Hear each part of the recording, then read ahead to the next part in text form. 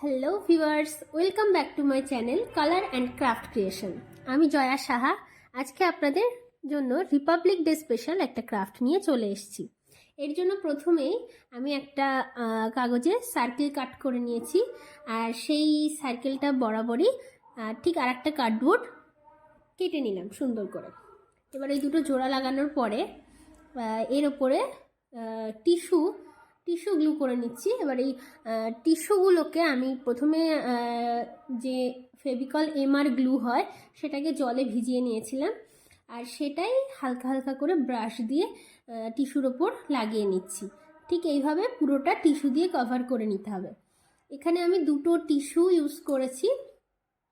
দুটো টিস্যুকে আমি টুকরো টুকরো করে কেটে 2-3 বারে আমি এটা আর কি গ্লু করে নিয়েছি, যাতে জিনিসটার স্ট্রাকচারটা সমান থাকে আর মানে শক্তপোক্ত হয় আর দেখতেও অনেকটা ভালো লাগে।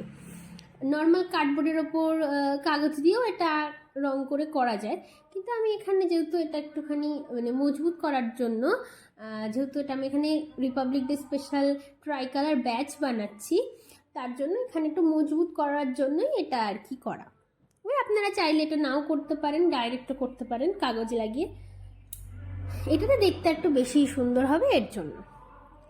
তো এরপরে দেখে নিচ্ছেন গ্লুটা শুকিয়ে যাওয়ার পরে টিস্যুটা একদম কাগজের মতনই হয়ে গেছে।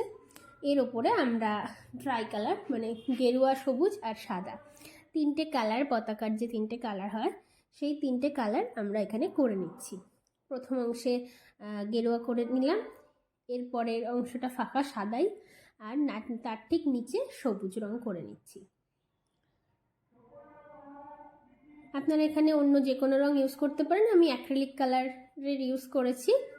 আপনারা যে কোনো রং দিয়ে এটা করতে পারেন, সেটা আপনাদের ওপর নির্ভর করছে। তবে অ্যাক্রিলিক কালার করলে অ্যাক্রিলিক কালারের একটা নিজস্ব গ্লসিনেস আছে, যেটার জন্য দেখতে একদম কেনা ব্যাচের মতো একটা লুক আসবে। তার জন্যই আমি এটা করেছি, যেটা ওয়াটার কালার দিয়ে করলে হয়তো আসতো না। তো সাধারণত পতাকার মাঝখানে অশোক চক্র থাকে, আমি এখানে অশোক চক্র না দিয়ে ব্লু কালার দিয়ে সাদা অংশটায় ইন্ডিয়া লিখে নিচ্ছি। রিপাবলিক ডের দিন, বা এটা আপনারা ইন্ডিপেন্ডেন্স ডেতেও ইউজ করতে পারবেন।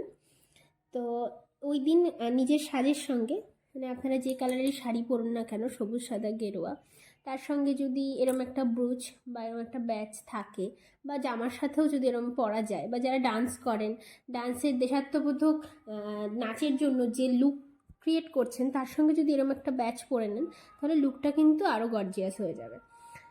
ব্যাস, ব্যাচটা অলমোস্ট কমপ্লিট। এরপরে পেছন সাইডে একটা সেফটি পিন একটা কাগজের সাহায্যে আঠা দিয়ে ভালো করে সিকিওর করে নিচ্ছি। আর এখানে আমি আপনাদের ব্যাচটা পরিয়েও দেখিয়ে দিচ্ছি। জয় হিন্দ, সকলে ভালো থাকবেন, সুস্থ থাকবেন। আমার ভিডিও ভালো লাগলে লাইক, কমেন্ট, শেয়ার করতে ভুলবেন না। অবশ্যই সাবস্ক্রাইব করে পাশে থাকা বেল আইকনটি ক্লিক করে দেবেন। জয় শ্রীকৃষ্ণ।